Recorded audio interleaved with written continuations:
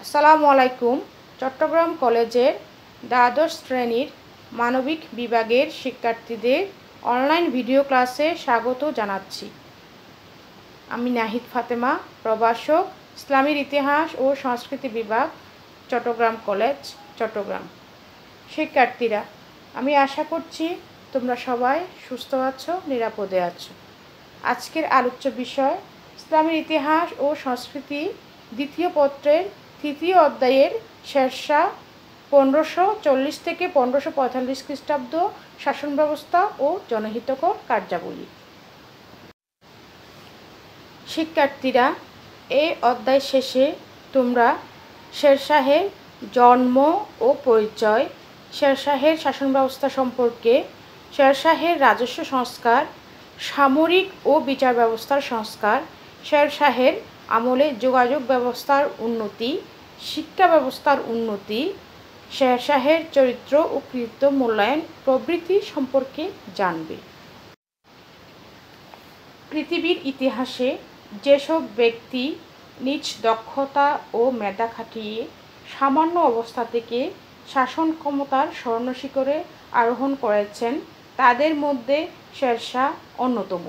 তিনি ভারতে মুঘল সাম্রাজ্যের শাসনে ছেদ ঘটিয়ে স্বল্পকালীন সময়ের জন্য আফগান শাসন প্রতিষ্ঠা করেন। অতি সামান্য একজন জাগিরদার থেকে শেরশাহ দিল্লির সম্রাট হন। স্বীয় মেধা ও যুদ্ধকৌশল ব্যবহার করে শেরশাহ হুমায়ুনের পরাজয় ঘটান। তিনি প্রথমে বিহার, পরবর্তীকালে বাংলা এবং সবশেষে উত্তর ভারতে নিজ আধিপত্য বিস্তার করেন। কনৌজের যুদ্ধে হুমায়ুনকে পরাজিত করে দিল্লি সিংহাসনে আরোহণ করেন। তিনি ভারতে সুর আফগান বংশের প্রতিষ্ঠাতা। শিক্ষার্থীরা, এখন শেরশাহ জন্ম ও পরিচয় সম্পর্কে জানবে। শেরশাহের বাল্যনাম ফরিদ খান সুর। তার পিতামহ ইব্রাহিম সুর সুলতান বাহারুল লোদির রাজত্বে আফগানিস্তান থেকে জীবিকার সন্ধানে ভারতে আসেন। 1472 খ্রিস্টাব্দে পাঞ্জাবে ফরিদের জন্ম হয়।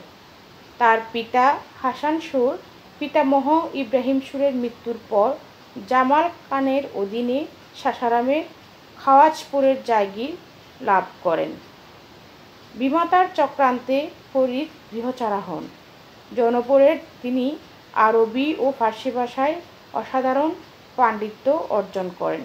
তার স্মৃতিশক্তি ছিল অসাধারণ। 1539 খ্রিস্টাব্দে চৌসার যুদ্ধে হুমায়ুনকে পরাজিত করে শেরশাহ উপাধি গ্রহণ করেন। 1540 খ্রিস্টাব্দে বিলগ্রাম বা কনৌজের যুদ্ধে হুমায়ুনকে চূড়ান্ত রূপে পরাজিত করে দিল্লির মসনদে বসেন শেরশাহ। শেরশাহের রাজ্য জয়। হুমায়ুনের পলায়নের ফলে শেরশাহ বঙ্গ, বিহার, জৌনপুর, দিল্লি ও আগ্রার অবিসম্বাদিত অধিপতি হলেন। ভারত থেকে মুঘলদের বিতাড়িত করে তিনি রাজ্য জয়ের দিকে মনোনিবেশ করলেন। কামরানের অধিকৃত পাঞ্জাব প্রথমে তার আয়ত্তে চলে আসে। 1541 খ্রিস্টাব্দে শেরশাহ বঙ্গের শাসনকর্তা খিজির খানের বিদ্রোহ দমন করেন। বঙ্গেও শাসনকর্তার পদ লোপ করে তিনি প্রদেশটিকে 19টি সরকারে বিভক্ত করেন। প্রতিটি সরকারের শাসনভার একজন আমিনের উপর ন্যস্ত করা হয়। এভাবে তিনি দিল্লির প্রত্যক্ষ অধীনে বঙ্গদেশে কেন্দ্রীয় শাসন প্রবর্তন করলেন। তিনি মালব জয় করলেন 1542 খ্রিস্টাব্দে। পরে তিনি রাজপুতনায় অনেকগুলো অঞ্চল জয় করলেন। 1543 খ্রিস্টাব্দে তিনি রায়সিনের পুরনমলের বিরুদ্ধে অভিযান পরিচালনা করেন। পুরনমল ও রাজপুতগণ দেশের জন্য প্রাণপণ যুদ্ধ করে মুসলমানদের কাছে পরাজিত হলেন। অতঃপর তিনি মেবারের মালদেবের বিরুদ্ধে অগ্রসর হন। রাজপুতগণ প্রবল বাধা দান করলেন। শেরশাহ যখন দেখলেন এখানে বীরত্ব মূল্যহীন, তখন তিনি এক নতুন কৌশল অবলম্বন করলেন। রাজপুতগণ বীরত্বের সাথে লড়াই করেও পরাজিত হলেন। শেরশাহ নানা কষ্টের মধ্য দিয়ে যুদ্ধে জয়ী হলেন। এই প্রসঙ্গে তিনি নিজেই বলেছেন, এক মুষ্টি বাজরার জন্য আমি দিল্লির সিংহাসন হারাতে বসেছিলাম। এই বিজয়ের পর আমি আজমির থেকে মাউন্ট আবু পর্যন্ত সমগ্র ভূভাগ নিজের আয়ত্তে নিয়ে এলেন এবং কালিঞ্জর দুর্গ অবরোধ করার জন্য অগ্রসর হলেন। শেরশাহ এই দুর্গ অধিকার করতেও সমর্থ হন। শিক্ষার্থীরা, তোমরা স্লাইডে একটি মানচিত্র দেখতে পাচ্ছ। এই মানচিত্রের মাধ্যমে তোমরা জানবে শেরশাহ কোন কোন অঞ্চলে অভিযান পরিচালনা করেছিলেন এবং দখল করেছিলেন। তিনি 1540 থেকে 45 খ্রিস্টাব্দ পর্যন্ত শাসনকার্য পরিচালনা করেন। এই 5 বছরে শেরশাহ ভারতবর্ষের অধিকাংশ এলাকা নিজের দখলে নিয়ে এসেছিলেন। তিনি ভারতের দিল্লি, আগ্রা, চিত্তোর, মালব, কালিঞ্জর, কনৌজ, বারাণসী, বিহার, গৌড়, বঙ্গদেশ, হুগলি, মুলতান প্রভৃতি এলাকায় অভিযান পরিচালনা করেন এবং শাসন কার্য প্রতিষ্ঠিত করেন। তবে ভারতের কিছু কিছু অঞ্চলে তিনি অভিযান পরিচালনা করেননি, যার ফলশ্রুতিতে সেখানে সুর আফগান শাসন প্রতিষ্ঠিত হয়নি। শিক্ষার্থীরা, এরপর যে বিষয়টি আসবে সেটি হচ্ছে শেরশাহের কেন্দ্রীয় শাসন। শেরশাহ তার গোটা সাম্রাজ্যকে কয়েকটি ইক্তায় বিভক্ত করেন। ইক্তার অধীনে ছিল সরকার, সরকারের অধীনে ছিল পরগনা এবং পরগনার অধীনে ছিল গ্রাম। তিনি 47টি সরকার ও 1,13,000টি গ্রামে রাজ্যকে বিভক্ত করেন। কেন্দ্রে ছিলেন শেরশাহ স্বয়ং। ইক্তার প্রধানকে আমিন, সরকারের প্রধানকে শিকদারান ও মুন্সিফান এবং পরগনার প্রধানকে শিকদার ও আমিন বলা হতো। শেরশাহ অল্প সময়ের মধ্যে যে জনকল্যাণমূলক শাসন ব্যবস্থা চালু করেছেন তাতে তার প্রশাসনিক দক্ষতার পরিচয় পাওয়া যায়। তিনি তার শাসন ব্যবস্থার জন্য ভারতীয় উপমহাদেশে অমর হয়ে থাকবেন। শেরশাহ তার শাসন সংস্কার দ্বারা শুধু নিজের সমসাময়িক সময়কে আলোকিত করেননি, কয়েকশো বছরের পরের ব্রিটিশদেরও আলোকিত করেছেন। তার জনকল্যাণমূলক শাসন ব্যবস্থা বর্তমান আধুনিক যুগেও গবেষণার বিষয় ও অনুপ্রেরণার উৎস। তার দূরদৃষ্টিসম্পন্ন জ্ঞানোদীপ্ত ও জনহিতকর শাসন ব্যবস্থা পরবর্তীকালে সম্রাট আকবরকে ও ব্রিটিশদের শাসন ব্যবস্থাকে আলোকিত করেছিল। তার শাসননীতিকে অনেকেই বৈপ্লবিক বিবর্তন বলে অভিহিত করেন। তিনি ইতিহাসে একটি দুর্লভ দৃষ্টান্ত স্থাপন করেছিলেন। তার শাসনকালকে ভারতীয় উপমহাদেশের ইতিহাসে স্বর্ণযুগ হিসেবে চিহ্নিত করা হয়েছে। কেন্দ্রীয় শাসনের প্রকারভেদ।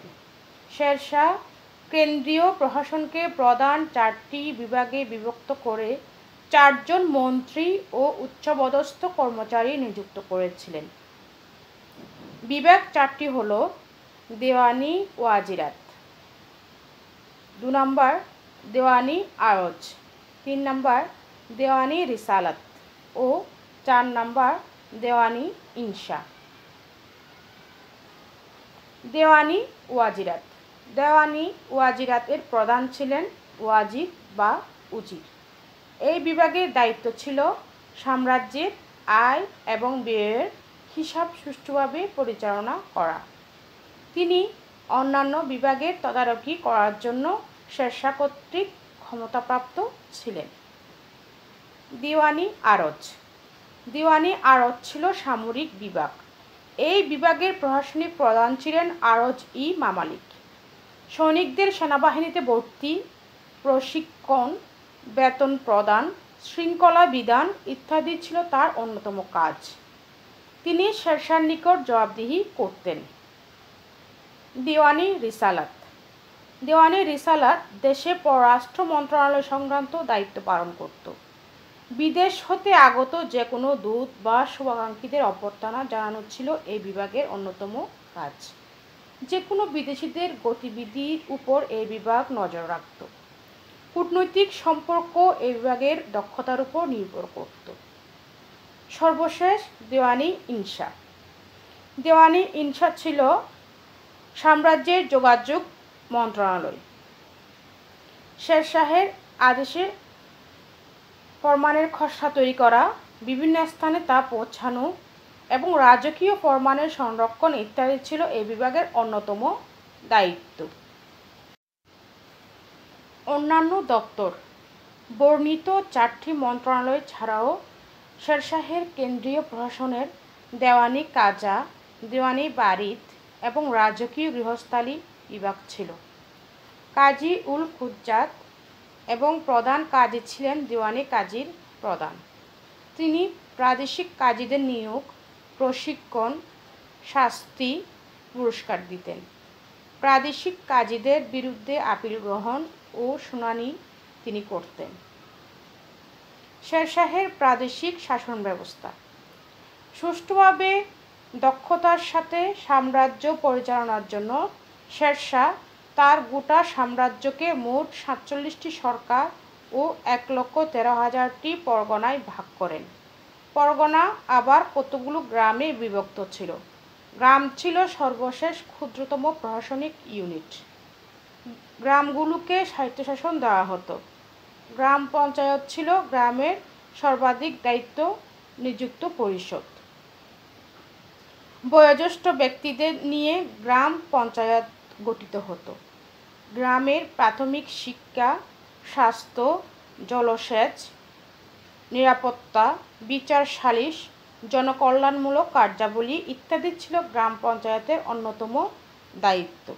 উপরিউক্ত পঞ্চায়েত ছাড়াও প্রতি গ্রামে মুকাদ্দম, পাটোয়ারি ও চৌধুরী থাকত। শিক্ষার্থীরা, এরপর যে বিষয়টি আসবে সেটি হচ্ছে রাজস্ব ব্যবস্থা। শেরশাহের আমলে সরকারি আয়ের উৎসগুলো দুভাগে বিভক্ত ছিল। উৎসগুলো হলো কেন্দ্রীয় ও স্থানীয়। বাণিজ্যিক শুল্ক, লবণ কর, আবগারি, জিজিয়া, খারাজ, ওয়ারিশবিহীন সম্পত্তি, উপটোকন, গনিমাতের 1/5 ইত্যাদি ছিল কেন্দ্রীয় আয়ের অন্যতম উৎস। স্থানীয়ভাবে আদায়কৃত আয়ের উৎসকে আপওয়াব বলা হতো। ভূমি রাজস্ব।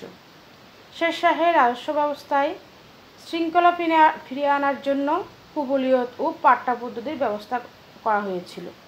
কৃষকদের মধ্যে ধার্যকৃত আবাদি জমিতে অধিকার স্বীকার করে সরকার কৃষকদের পাট্টা দিত। আবার সরকার কর্তৃক আরোপিত শর্তগুলো মেনে নিয়ে কৃষকরা সরকারকে কবুলিয়াত বা চুক্তিপত্র দিত। উভয় দলিলে জমির দাগ নম্বর, জমির পরিমাণ, রাজস্বের পরিমাণ ইত্যাদি লিপিবদ্ধ করা থাকত। কবুলিয়াত ও পাট্টা দেওয়ার উদ্দেশ্য ছিল যেন কৃষকদের মধ্যে আবাদি জমি নিয়ে কাড়াকাড়ি না হয়। কৃষকদের রাজস্ব আদায়ের রসিদ দেওয়া হতো। শেরশাহের এই রাজস্ব নীতির ফলে অতি অল্প সময়ের মধ্যে সরকারি আয়ের পরিমাণ ও রাষ্ট্রের সম্পদ প্রভূত পরিমাণে বৃদ্ধি পায় এবং কৃষক ও জনসাধারণের সুখ শান্তি সুনিশ্চিত হয়। তার এই রাজস্ব নীতি শুধু মুঘল আমলে নয়, ব্রিটিশ আমলের রাজস্ব নীতিকে প্রভাবিত করেছিল। ঐতিহাসিক কানুনগো বলেন, পরবর্তীকালের ভূমি বণ্টন ও রাজস্ব নীতি যেমন মুঘল আমলের টুডরমলের রাজস্ব ব্যবস্থা এবং ইস্ট ইন্ডিয়া কোম্পানির আমলে রায়তওয়ারি বন্দোবস্ত ব্যবস্থা বহুলাংশে শেরশাহ প্রচলিত রাজনীতির উপর গড়ে উঠেছিল। ঐতিহাসিক মোরল্যান্ড একথা স্বীকার করেন। সামরিক সংস্কার। সামন্তপ্রথার উচ্ছেদ সাধন করে শেরশাহ সৈন্যদের নিয়োগ, পদোন্নতি, বদলি, প্রশাসনিক বেতন ভাতা ইত্যাদি নিজের নিয়ন্ত্রণে নেন। তিনি ছিলেন সেনাবাহিনীর সর্বাধিনায়ক। সুলতান আলাউদ্দিন খলজির অনুকরণে তিনি যুদ্ধ সংশ্লিষ্ট ঘোড়াকে দাগ এর আওতায় নিয়ে আসেন। সৈন্যদের সাধারণ শত্রুর নিকট হতে আলাদা করার লক্ষ্যে তিনি ডেরা বা সৈন্যদের বিস্তারিত বিবরণ সম্বলিত তালিকা ব্যবস্থা প্রবর্তন করেন। শেরশাহ সাম্রাজ্যের গুরুত্বপূর্ণ স্থানে পুলিশ ফাঁড়ির ব্যবস্থা করেন। সুলতান আলাউদ্দিন খলজির সামরিক সংগঠন ও নীতির দ্বারা প্রভাবিত হয়ে শেরশাহ তার সামরিক বাহিনী পুনর্গঠন করেছিলেন। তিনি আলাউদ্দিন খলজির অনুকরণে সেনাবাহিনীতে সামন্ততান্ত্রিক বা জায়গির প্রথা উচ্ছেদ সাধন করে সেনাবাহিনীকে সরাসরি নিয়োগের ব্যবস্থা গ্রহণ করেন। ফলে সেনাবাহিনী সরাসরি রাষ্ট্রের নিয়ন্ত্রণে চলে আসে। সেনাবাহিনী ও সম্রাটের মধ্যে প্রত্যক্ষ যোগাযোগ স্থাপিত হয়। সেনাবাহিনীকে তিনি নগদ অর্থে বেতন দিতেন, এমনকি উৎসাহ ভাতাও দিতেন। শেরশাহ ব্যক্তিগত গুণ অনুসারে সৈন্যদের মান নির্ণয় করতেন। তিনি সেনাবাহিনীতে কঠোর নিয়ম ও শৃঙ্খলা নীতি প্রবর্তন করে দুর্নীতির প্রতিরোধ ব্যবস্থা গড়ে তোলেন। দেশের নিরাপত্তা নিশ্চিতকল্পে তিনি দেশের বিভিন্ন অংশে সেনানিবাস স্থাপন করে সৈন্যবাহিনী মোতায়েন রাখার ব্যবস্থা গ্রহণ করেন। সেনানিবাসে যে সৈন্যদল মোতায়েন থাকত তাহা ফৌজ নামে পরিচিত ছিল। দিল্লি ও রোটাসের সেনানিবাস এদের মধ্যে উল্লেখযোগ্য। ফৌজের অধিনায়ককে ফৌজদার বলা হতো। সর্বোপরি সুশিক্ষিত, সুসজ্জিত ও সুনিয়ন্ত্রিত সেনাবাহিনী ছিল শেরশাহের শাসন দক্ষতার উজ্জ্বল দৃষ্টান্ত। বিচার বিভাগ। ন্যায়পরায়ণ শাসক হিসেবে শেরশাহের যথেষ্ট খ্যাতি ছিল। তিনি নিরপেক্ষ একটি বিচার ব্যবস্থা প্রতিষ্ঠা করেন। তার বিচারালয়ে আইনের চোখে সকলেই সমান ছিল। বিচারের ক্ষেত্রে জাতি, ধর্ম, বর্ণ, গোত্র ও ধনী গরিব সকলেই ছিল তার দৃষ্টিতে সমান। শেরশাহ নিজেই ছিলেন আইনের শেষ আশ্রয়স্থল ও আপিল শুনানি গ্রহণের সর্বোচ্চ কর্তৃপক্ষ।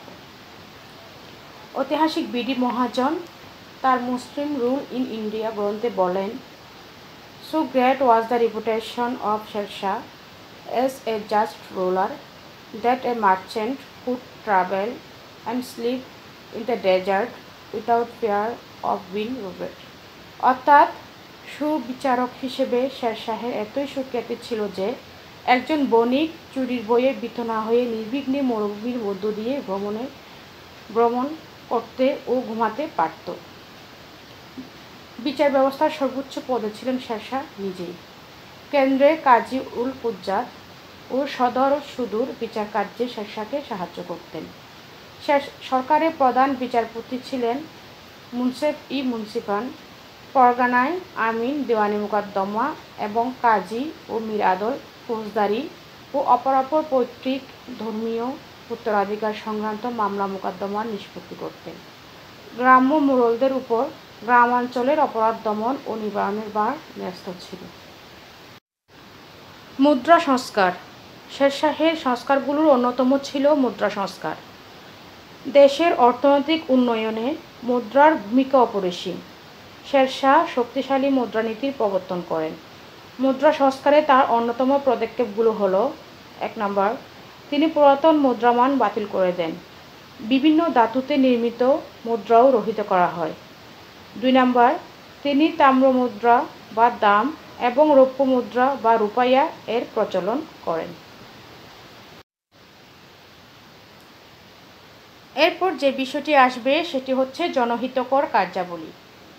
শেরশাহ শুধু সাম্রাজ্য বিস্তার করেননি, তিনি কিছু জনকল্যাণমূলক কার্যাবলী সম্পাদন করেছিলেন, যেমন রাস্তাঘাট নির্মাণ, যাতে সাম্রাজ্যের বিভিন্ন অঞ্চলে যোগাযোগ বাড়ে এবং পণ্য চলাচল বাড়ে।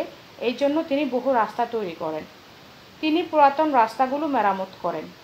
ঈশ্বরী প্রসাদ বলেন, শেরশাহ প্রথম মুসলিম নৃপতি যিনি জনগণের সুবিধার্থে অসংখ্য সড়ক নির্মাণ করেন। এগুলোর মধ্যে গ্র্যান্ড ট্রাঙ্ক রুট উল্লেখযোগ্য।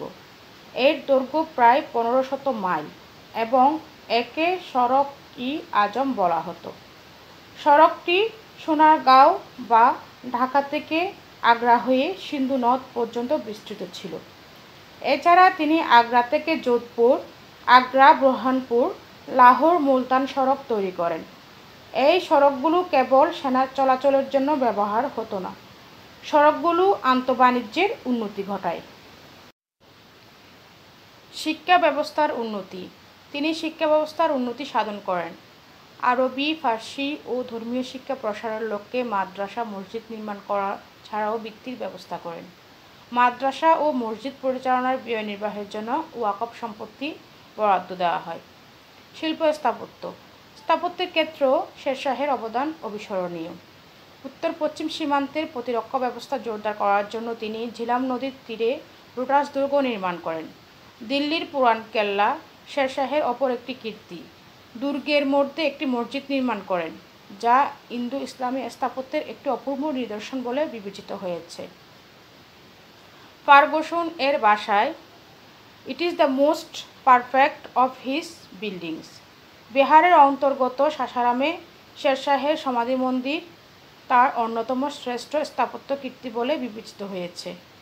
এটি হ্রদের মধ্যে একটি সুউচ্চ স্তম্ভের উপর এই সমাধি মন্দিরটি অবস্থিত, যার গঠন প্রণালী ও সৌন্দর্য আজও প্রশংসার বস্তু। পার্সি ব্রাউন শেরশাহের স্থাপত্যগুলোর গঠন প্রণালী ও অলংকারিক ভূষণের ভূয়সী প্রশংসা করেছেন। শেরশাহের শাসন ব্যবস্থা। শেরশাহ সাহসী বীর, সমর কৌশলী সেনাপতি ও সমর বিজয়ী নেতা ছিলেন, সন্দেহ নেই, কিন্তু শাসক হিসেবে তার দক্ষতা অপর গুণাবলীকে ছাড়িয়ে গিয়েছিল। শেরশাহ মাত্র 5 বছরের রাজত্বে যে সুষ্ঠু, উদার ও জনকল্যাণমূলক শাসন ব্যবস্থা উপহার দেন, তা তাকে ইতিহাসে অমর করে রেখেছে। এই অল্প সময়ের মধ্যে নানা প্রকার কল্যাণমূলক সংস্কার এবং শাসন ব্যবস্থার প্রতি ক্ষেত্রে উন্নয়ন সাধন করে তিনি তার অসাধারণ প্রতিভার পরিচয় দান করেছিলেন।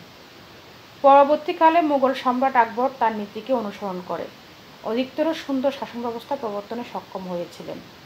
হিন্দু ও মুসলমান প্রজাবর্গের মধ্যে সমন্বয় সাধন করাই শেরশাহের শাসন ব্যবস্থার মূলনীতি ছিল। ঐতিহাসিকগণ তার রাজত্বকালকে স্বর্ণযুগ আখ্যা দিয়েছেন।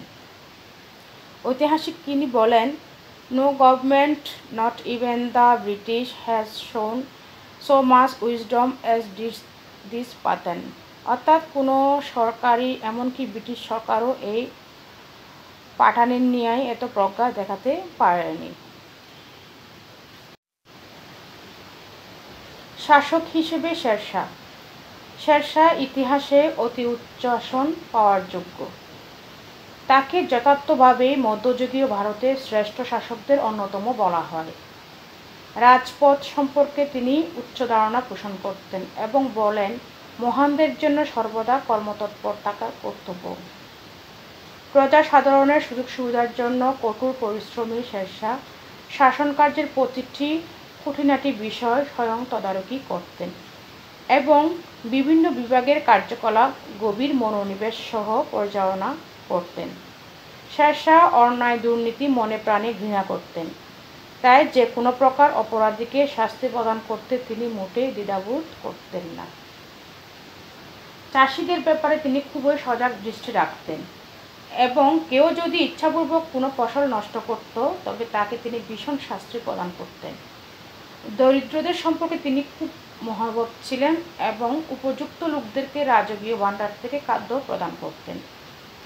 এভাবেই শেরশাহ তার রাজকীয় কার্যাবলী সম্পাদন করতেন। শেরশাহ শিল্প এবং স্থাপত্যের প্রতি প্রবল অনুরাগী ছিলেন। মহানুভবতার জন্য শেরশাহ খুবই প্রসিদ্ধ ছিলেন। তার ভূমি রাজস্ব ব্যবস্থা মুঘলদের জন্য অতি মূল্যবান সম্পদ। সাম্রাজ্যের সব অঞ্চলকে তিনি সুদীর্ঘ সড়ক ও সরাইখানা দ্বারা সংযুক্ত করেন। রাজ্যের বিভিন্ন অংশে অনেক মাদ্রাসা ও মক্তব প্রতিষ্ঠা করেন। তিনি সর্বদা বিদ্বানদের পৃষ্ঠপোষকতা করতেন এবং উপটকন দিয়ে সন্তুষ্ট রাখতেন। এই জনহিতকর কার্যাবলী ও সংস্কার দ্বারা তিনি মুঘলদের উজ্জ্বল রাজত্বের পথ পরিষ্কার করেন। ভিএ স্মিথ মন্তব্য করেন, শেরশাহ বেঁচে থাকলে মহান মুঘলগণ ইতিহাসের মঞ্চে আরোহণ করতে পারতেন না। রাজনীতিবিদ হিসেবে শেরশাহ। শেরশাহ একজন উঁচুমানের রাজনীতিবিদ ছিলেন। তিনি ভারতের সাবেক মুসলিম শাসকদের ইতিহাস পাঠ করে এই সিদ্ধান্তে আসেন যে এই দেশের সংখ্যাগরিষ্ঠ নাগরিকদের পূর্ণ সহযোগিতা ছাড়া কোনো সরকারই টিকে থাকতে পারে না। সুতরাং তিনি ধর্মনিরপেক্ষভাবে রাষ্ট্র পরিচালনা করেন। ভারতের সব জাতির মধ্যে ঐক্য স্থাপনের ব্যাপারে তিনি সাফল্য অর্জন করেন। কিন্তু তার হঠাৎ মৃত্যুর ফলে সব পরিকল্পনা ধ্বংস হয়ে যায়। শেরশাহের চরিত্র ও কৃতিত্ব মূল্যায়ন। মধ্যযুগীয় ভারতীয় শাসকদের মধ্যে শেরশাহের অবস্থান অন্যতম। তার ন্যায় বহুমুখী প্রতিভার অধিকারী এবং অসাধারণ ব্যক্তিত্বসম্পন্ন শাসক মধ্যযুগীয় ভারতীয় ইতিহাসে বিরল। ঐতিহাসিক এরস্কাইনের মতে তিনি ভারতবর্ষ শাসনকারী স্বজাতীয় যে কোনো নৃপতি অপেক্ষা শ্রেষ্ঠ ছিলেন। শেরশাহ নানা ঘাত প্রতিঘাতের মধ্য দিয়ে নিজ প্রতিভা, অধ্যবসায় ও পরিশ্রম দ্বারা সামান্য অবস্থা থেকে দিল্লির সিংহাসনে আরোহণ করেন এবং একটি রাজবংশের প্রতিষ্ঠাতা হিসেবে ইতিহাসে অমর স্থান লাভ করেন। শেরশাহ একজন ধর্মপ্রাণ মুসলমান ছিলেন। শিল্প ও সাহিত্যে তার অগাধ পাণ্ডিত্য ছিল। তিনি ধর্মান্ধ ছিলেন না, বরং সকল ধর্মের প্রতি সহনশীল ও শ্রদ্ধাবান ছিলেন। শেরশাহের শ্রেষ্ঠত্ব বিচার করে ঐতিহাসিকগণ তাকে সম্রাট আকবরের পূর্বসূরি হিসেবে আখ্যায়িত করেছেন। তার শাসন দক্ষতা ব্রিটিশ শাসনকেও হার মানিয়েছে বলে ঐতিহাসিক কিন অভিমত প্রকাশ করেন। শেরশাহ ছিলেন বহুমুখী প্রতিভার অধিকারী। একজন সামান্য জায়গিরদার থেকে তিনি নিজ প্রতিভা বলে দিল্লির সম্রাট হয়েছিলেন। সাম্রাজ্যের উন্নতিকল্পে এবং প্রজাসাধারণের সুবিধার্থে তিনি বিভিন্ন প্রশাসনিক ও সামরিক ব্যবস্থা গ্রহণ করেন। তিনি ছিলেন ভারতবর্ষের মধ্যযুগের শ্রেষ্ঠ সুলতানদের মধ্যে অন্যতম। শেরশাহের মৃত্যু। 1544 খ্রিস্টাব্দে নভেম্বরে শেরশাহ কালিঞ্জর অবরোধ করেন। কয়েক মাস অবরোধের পর হঠাৎ বারুদ বিস্ফোরণের ফলে শেরশাহ আঘাতপ্রাপ্ত হন। এই আঘাতের ফলে শেরশাহ শারীরিক অবস্থার অবনতি ঘটে এবং 22 মে 1545 খ্রিস্টাব্দে তিনি শেষ নিঃশ্বাস ত্যাগ করেন। মৃত্যুর পূর্বে শেরশাহ কালিঞ্জর জয়ের সংবাদ অবগত হয়েছিলেন, অর্থাৎ কালিঞ্জর দুর্গটি তার হস্তগত হয়েছিল। তাকে সাসারামে সমাহিত করা হয়। ষোড়শ শতাব্দীর মধ্যভাগে শেরশাহ শাসন ব্যবস্থায় যে অপরিসীম বুদ্ধিমত্তা, একাগ্রতা ও কর্মনৈপুণ্যের পরিচয় দিয়েছেন তা ভারতের ইতিহাসে সত্যিকারের বিরল। তিনি শুধু সাহসী বীর ও সমরকৌশলী নেতাই ছিলেন না, তিনি একজন সুদক্ষ শাসকও ছিলেন। মাত্র 5 বছরের রাজত্বকালে তিনি যে সুষ্ঠু, উন্নত ও সুপ্রতিষ্ঠিত শাসন ব্যবস্থা প্রবর্তন করেন তা ভারতের ইতিহাসে তাকে অমরত্ব দান করেছে। According to V.D. Mahajan, he laid down the foundations of administrative system which was developed by Akbar later on. He has been rightly called a forerunner of Akbar. অর্থাৎ তিনি এমন একটি শাসন ব্যবস্থা প্রবর্তন করে যান যা পরবর্তীকালে আকবর কর্তৃক পরিবর্ধিত হয়েছিল। তাকে সঠিকভাবে আকবরের অগ্রদূত হিসেবে অভিহিত করা হয়েছে। শিক্ষার্থীরা, তোমরা এতক্ষণ পর্যন্ত শেরশাহের জন্ম, পরিচয়, শেরশাহের রাজ্য জয়, সাম্রাজ্য বিস্তার এবং জনকল্যাণমূলক কার্যাবলী সম্পর্কে জানলে। যদি এই বিষয়ে তোমাদের কোনো প্রশ্ন থাকে তাহলে আমার দেওয়া লিঙ্কে তোমরা প্রশ্ন করবে, আমি আনসার দিব। তোমাদের জন্য কিছু প্রশ্ন রয়েছে। প্রশ্নগুলো হচ্ছে: 1 নাম্বার, শেরশাহের শাসনকে জনকল্যাণমূলক শাসন বলা যায় কি? যুক্তি দেখাও। 2 নাম্বার, শেরশাহের রাজস্ব সংস্কারের ব্যবস্থা সম্পর্কে যা জানো লিখো। 3 নাম্বার, সড়কি আজম বলা হয় কোনটিকে? 4 নাম্বার, শেরশাহের কোন সংস্কারটি অধিক তাৎপর্যপূর্ণ আলোচনা করো। 5 নাম্বার, শেরশাহকে সম্রাট আকবরের অগ্রদূত বলা হয় কেন? বিশ্লেষণ করো। আগামী ক্লাসে আবারও দেখা হবে। সে পর্যন্ত তোমরা সবাই সুস্থ থেকো, নিরাপদে থেকো। ধন্যবাদ।